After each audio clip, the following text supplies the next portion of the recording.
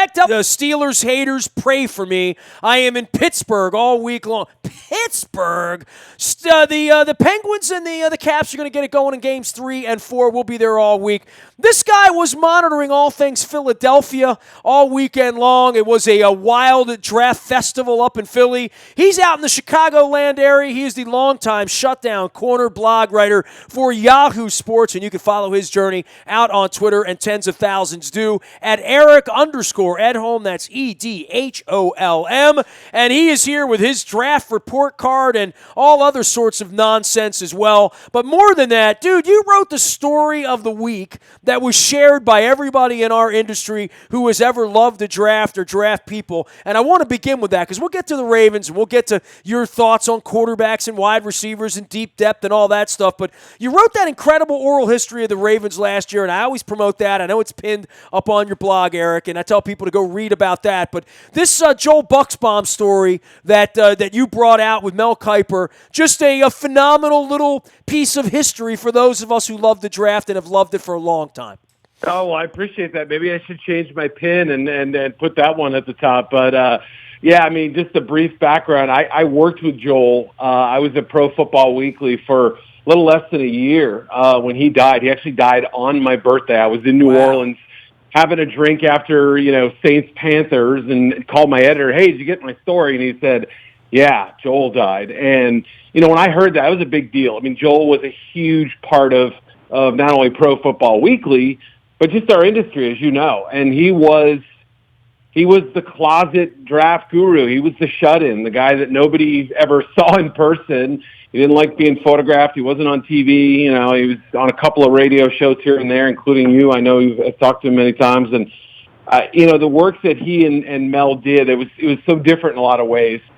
But they covered it and blanketed the draft and made it this craze that it is today. So I really wanted to, for years I've thought about it, and I just felt like now was the right time, and go back and dig up some of those old stories I had. I had about 15 more that I didn't get a chance to squeeze into the story. But yeah, Joel was such a unique character and so respected and really, in a lot of cases, beloved around the NFL. It's amazing, and I'm holding up on our video for Facebook and our YouTube channel. The Ravens do a guide. They do a guide that is sort of spiral bound. It's usually 75 pages. It's got a bunch of picks and stuff in it. Back in the 90s, they did this. Kevin Byrne did these back in 1996, 97, 98. In those early days, there was no internet. There was no Eric Edholm. There were no Pro Football that and draft analysis this. And, everybody in the basement has a mock draft, 12.1 and all that stuff. There was literally Kiper and I called him Bushbaum. But one time I had him on, and Eric, I know you know this, he would say, my name is Joel Bucksbaum. It's not Bushbaum. Please pronounce my name properly. That's a pretty good Joel, right? Yeah. So he had the whole New York thing going on, and I never knew him, but I feel like I knew what he looked like. I feel like I had seen him. I knew he was a smaller, nebbishy, shut-in, but I had no idea the extent of his Willy Wonka-ness, right? I mean, literally, yeah. Willy, I don't know what else to explain because apparently he died in a heap of a mess and was a hoarder and only John McClane. And, can you imagine the general at his apartment up there in New York in 1998? It's, I had Joel on 25 times, I mean, more than I can count, but you didn't have him on all year. You sort of found him in February and March and April, and you sort of forgot about him in July, August. He was a seasonal recurring character in my life, but, he was, I didn't realize how respected he was by the insiders, and I think that you really brought that out. Well, I appreciate that. Yeah, I mean, my first idea of how respected he was, and he was Joel. I mean, I knew him, and for a year, and I'd listened to him when I lived in St. Louis on the radio, but I didn't realize how heavy a hitter he was until the 2003 Combine. This would have been about, 6 weeks after he died or something like that, 8 weeks, whatever it was. They had a little sort of memorial service for him. John McClane spoke first, and then batting cleanup was Bill Belichick. And Bill referred to him as one of his best friends. I mean, think about that. I mean, Belichick embracing essentially a member of the media, but not one who was seeking the spotlight at all. He just loved doing his work behind the scenes. Belichick tried to hire him in Cleveland and in New England to be kind of kind of what Ernie Adams is now, almost like this behind-the-scenes guru, somebody who could give him information that nobody else had and could look at players in a way that nobody else did. And Belichick is speaking. Al Davis, who was, at that point, wasn't walking well and moving around well, he was there. Joel Bussert was there. Well, you saw sort of his Rolodex come to life, right? I mean, because he didn't drink with you guys at combines, and and I've been a part of this circus for a number of years as well. Even though Phil Savage and his guys would beg me to go to the combine in the '90s, and I would, I'm like, the hell do I want to go? It was in Indianapolis, Eric. I mean, the guy from Baltimore doesn't go to Indianapolis without getting dragged. You know what I mean? So it took me a little while to catch on, but he was not, as much as he was a part of that community, he was never really a part of that community in the way that coaches and scouts and reporters would go drinking together in the middle of the night, right? Yeah, no, I mean, his work was done over the phone. Joel would sit in his house 23 out of 24 hours in a day. He might walk his dog around the block or, get a half-hearted workout in at the gym, and even that was only on doctor's orders. And, yeah, I mean, he when my boss at the time, Hub Arkish, the publisher of Pro Football Weekly, went in to help clean out his apartment after he died, he found the Rolodex, and he looked through it and was just blown away. And Hub knows a few people. I mean, this is, he's been doing this forever as well, and it was kind of like, wow. I knew Joel had pull. I knew he had connections, but we didn't know how wired he was. And literally anybody who was anybody in the NFL was in that Rolodex. And it wasn't over beers. It wasn't over steak dinners. It was over the phone grinding, calling in June on a prospect who wouldn't be drafted for another 8-9 months. And the weirdest thing is he didn't have great phone manners. For being a guy, for being a guy that spent his whole life on the phone, it wasn't like he was like an airline, rep and, with a thank you and how are you and whatever. He was a relatively, abrasive little sponge of information that everybody sort of looked the other way on his personality to some degree, right? Oh, yeah. I mean, I didn't even get to work this in the story. He called his mom and his dad by their first names. I mean, you're right. He didn't have time for manners. He didn't have time for chit chat. He was there to trade information. I need to know about this linebacker. Oh yeah. Tell me about the guy from Connecticut. Yeah, I mean, it's just Wake Forest, free safety. He's a fascinating guy. I wish I could write a book about him. I mean, I have enough stories, but yeah, he and Kuiper, they filled such different roles. Kuiper did the TV and the book, of course, but Joel was the Woody Allen-ish guy who never left his house and came up with some of the best. He was a true grinder for information, which, like you said, snap of a finger these days with the internet. Back then, he was just working it. Eric Edholm does all things at Yahoo Sports NFL. He is the shutdown corner. You can follow him at Eric. That's with his C_EDHOLM. All right, bro, give me the little lowdown. Were you in Philly this weekend? I was. It was a great scene. I mean, I'm telling you what, they put on a show there, and I'm here in Chicago. I live here. I was at the draft the last 2 years in Chicago. It was fine. It was a perfectly good scene. Chicago has a lot of big events, but to me, the people in Philly were excited. It felt more like Lollapalooza. I mean, they had it out in the park, and tens of thousands of people were there. You know what's weird, dude? It didn't seem like a good place for kids. I mean, I saw a bunch of a scale of the drunk Jets fans we used to see in the upper deck. I told people, take your kids up there, kick a football, because when I think of that thing, I compared it to the Super Bowl, which you and I go to every year. Last time I saw you, we're on the streets in the middle of that mayhem, 12 weeks ago in Houston in this DMZ zone that's completely militarized and cordoned off. I mean, that's what the Super Bowl is at this point, and I know that they are trying to take what happens at the Super Bowl Thursday, Friday, Saturday, and Sunday, other than the game itself, and plop it down, and so far, so good. I mean, it looks like they made a lot of money, drank a lot of beer. It looked like it was a scene, too big of a scene for me, quite frankly, to get in the car. But was it family, too? I mean, because I think it needs to be that, right? Yeah, I mean, they're trying to reach out to the kids and make people, they have things, like you said, where it's sort of like the NFL experience, if anyone's ever been to a Super Bowl, where you get to kick the field goals and run the 40-yard dash and all that stuff. They almost bring that circus-like atmosphere to the draft, and it was it was in that park right by the Franklin Institute and all that stuff leading up to the steps of the museum. And, that whole city grid basically was blocked off. I made the mistake of going the wrong way and had to walk around it. It took a good 35 minutes. So it was, believe me, the people there, I think, were slowed down a little bit, and it was a little bit of a hassle, but everybody, I think, kind of looked back and said, what a weekend. The rumor is that Dallas is hosting next weekend, or next year, I should say. So file that away. I don't know if... Well, I mean, the guy that runs the Cowboys is the commissioner of the league. We know that, right? I mean, that draft will be in Dallas whenever he wants it there, right? I mean, I think it's going to be in 18. I think you're going to see it there, and I think, Jerry's going to want to one-up Philly. You know that. The Drew Pearson speech was nothing. I mean, Jerry wants to be able to, lay down that ace of spades on top of it. So, yeah, that's going to be fun if it happens. Well, the Drew Pearson thing, they should just, he would, if he and Goodell organize something, it would be interesting because, boy, Goodell, it's become more than an inside joke, right? I mean, it's part of the production that Goodell gets slaughtered at the beginning, in the middle, and the end, right?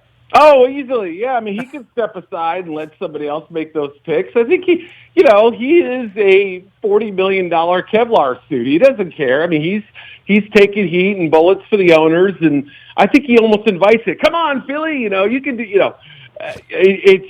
It's part of the deal now. And even Rich Eisen on the NFL Network's referring to it and making light of it. So he could do the Hulk Hogan ear roll. You know what I mean? Yeah, exactly. I mean, it wouldn't have been any worse. But, as far as the way the event's blown up, and at the end, it's still you're a football guy, I'm a football guy, right? They're going to pick football players. There really was a ton to talk about from this weekend. So let's get into it, man. I mean, Ravens, where are they going to be on your report card? We'll work backwards from there. But clearly, 3 wideouts, 3 quarterbacks. I'm mocking all the mock drafts. Nobody could have predicted that, right? Yeah, no, I mean, I think obviously when they go so heavily on defense early and then take a couple of guards later, everybody was sort of thinking tackle and all that stuff. And so, yeah, it was a little different approach than I thought they might take. When Corey Davis went off the board with the 5th pick, I think that probably changed their plans a little bit. And so, yeah, I mean, that's how the draft is. It's a series of curveballs, and how do you react? Do you look at your board and have a plan B and a plan C? And I think they did. Now, I know people locally were saying, oh, Marlon Humphrey, I don't like the pick, and they had all day Thursday to complain about it.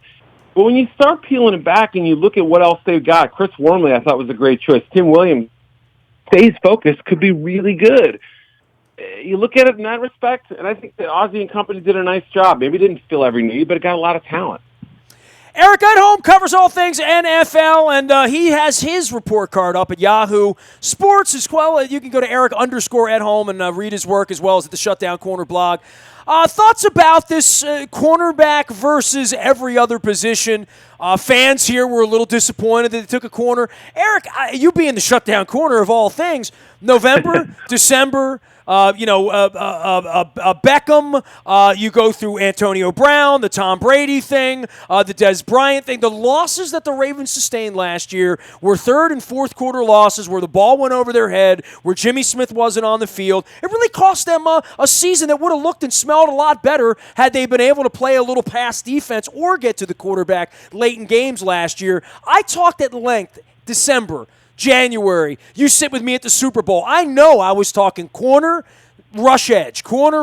Some point the combine comes in and Mel Kiper does this and, everybody's mocking that. And all of a sudden people are all thinking, well, they're going to take a wide receiver, a skill position player, or maybe they're going to take one of these running backs, or maybe they're going to take a right tackle that I saw. And in the end, they took a corner. I can't bitch about it, Eric. I mean, those wide receivers weren't on the board to take.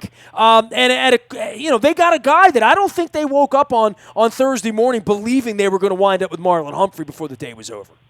Yeah, I agree. I don't think they did either. I think that was the way things shook out. And I know people say, well, 3 quarterbacks went ahead of them, 3 wide receivers. That should have, in theory, pushed somebody down to them. But can help them. And all the reasons you mentioned, the Steelers game, giving up leads late and giving up big pass plays late, it's all part of it. You signed Tony Jefferson. You got 2 great safeties. The one big issue for me with Marlon Humphrey was that he let the ball go over his head a couple times in college. Well, guess what? You probably have the best pair of safeties behind him in the NFL, so that worry is, for me, mitigated quite a bit. Marlon Humphrey can play. He's a good tackler. I think he's physical. He's going to be good in his zone coverage, which is what they're going to, I think, run more of. And so play those two high safeties. You get big physical corners like Humphrey up front.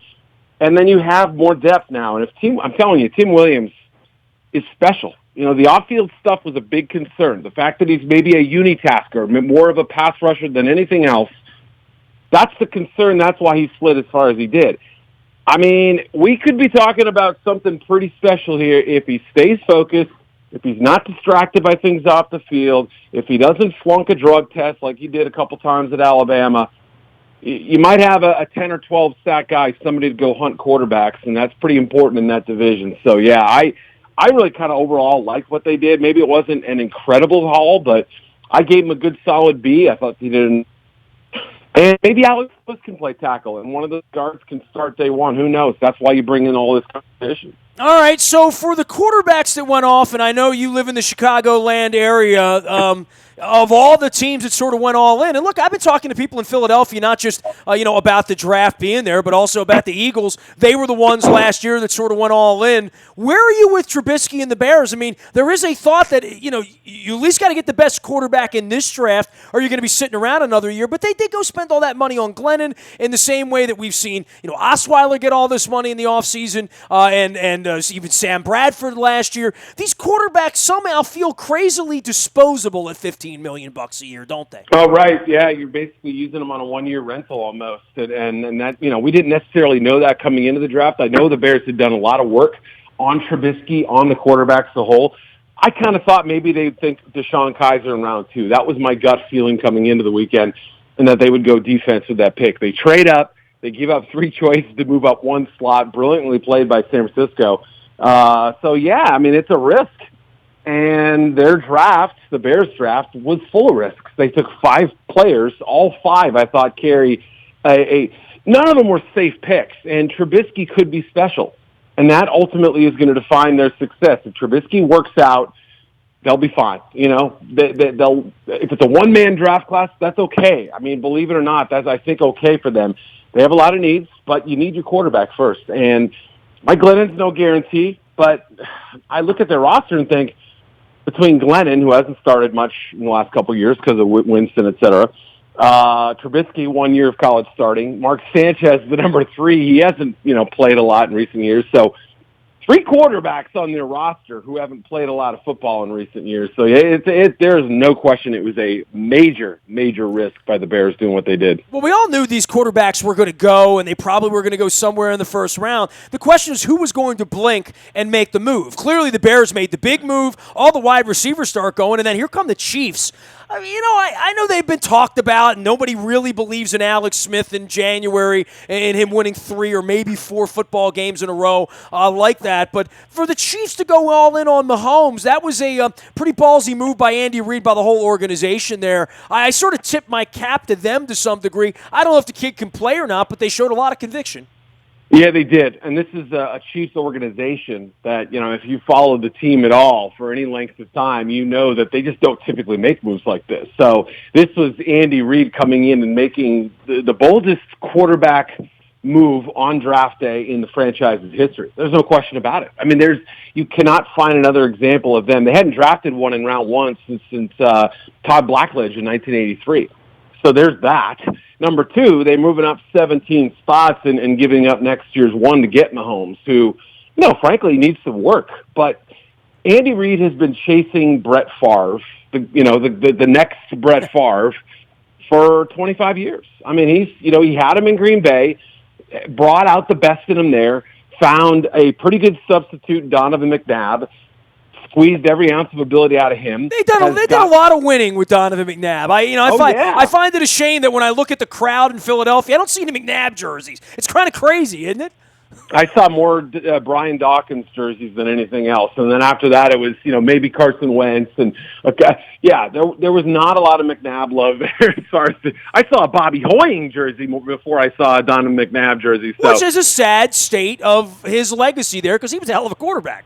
He was, and it was and that's the thing with Trubisky. They booed him at the Bulls game the next night. They booed McNabb on draft day. McNabb did a lot of great things. Went to Pro Bowls, got him to a Super Bowl, etc. I almost feel like Trubisky is starting in the same way.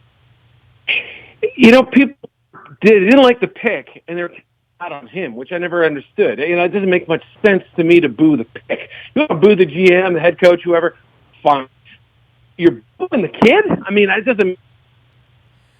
So I hope he turns out like a McNabb and has a long, productive career. It would be nice to kind of show Bears fans that they're kind of missed seeing things here a little bit. I've talked more about the Cleveland Browns this week than I have anybody else, just because they won the draft again, right? I don't know how you can't win the draft when you have 3 number 1 picks, right? Do you see it that way? Do you see the report card as, the Browns were the worst team and they got the most help? That's the way this thing's supposed to work, right? Yeah, and they got the best player in Myles Garrett. They stayed true and they held to their board.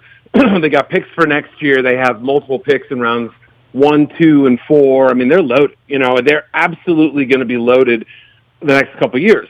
Is Deshaun Kaiser their quarterback? Big question. We don't know. And they cannot rush him into the lineup because that's just going to be a colossal mistake. That's going to be, Blaine Gabbert or Christian Ponder again. Those guys weren't ready. They got forced in early.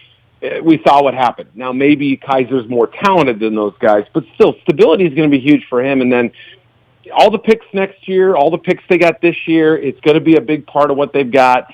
I'm excited. I know people there aren't rooting for the Browns, but I hope they put some kind of a good product on the field. And I think this year, more than last year, they seem to have gotten it right in the draft. Can I say this? And I always respect the Steelers, picks and whatever. And, of my relationship and my deep affection for Marvin Lewis. What the hell are the Bengals doing? Are they trying to stink? I'm not trying to be mean, but I'm like, I had to explain to my wife, that Marvin drafted the kid that punched the girl in the restaurant. My wife was kind of appalled by it, quite frankly. Well, yeah. Look, everybody's feelings for Joe Mixon. Nobody likes what he did. Nobody... I would hope that he has learned from this thing and that he will never do that again and be a good citizen and go to kids' hospitals and, be a model citizen. If he is, I think we can start to forgive him at some point. What he does on the field shouldn't matter. In terms of that, how you feel about him. At some point, if he stays on the right side of things, I think we can forgive him at some point and say it was a mistake. It should never have happened. He learned from it. You move on. And then, by the way, he's a heck of a football player. So is John Ross. So is Jordan Willis they got in round 3. I thought talent-wise, pick for pick, there may have only been 1 or 2 other teams that did a better job than the Bengals. They didn't get their offensive linemen that they needed, but boy, they added some serious talent. The Mixon pick obviously is a controversial one. You find out if he's kind of, solved some issues in his life the last couple of years. He's faced the gauntlet, and you hope that he comes out of it a good citizen and a good dude. Hey, man, you're a good citizen, a good dude out there. We'll be following the Shutdown Corner and as well Eric_@home out in Chicago covering all things. If you have not read the Joel Bucksbaum piece out at Yahoo Sports, you should do it immediately.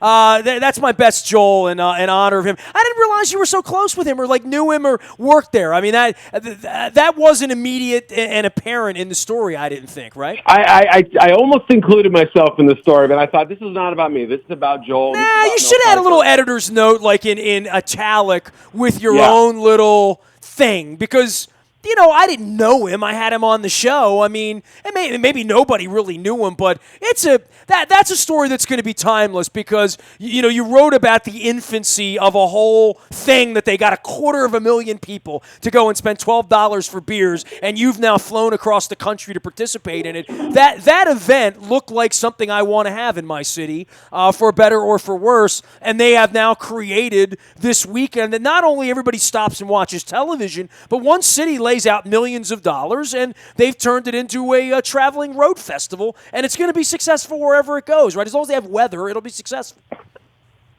I hope Joel and Mel get their credit, to get their due for what the draft has become. It was a media part of what they weren't part of the NFL itself, but those guys helped build the fan base that is what we know it to be today. And I tip my cap to both of them. They fill different voids. They help build this thing up. And you're right, they have their little part of it, and I hope people remember Joel for it.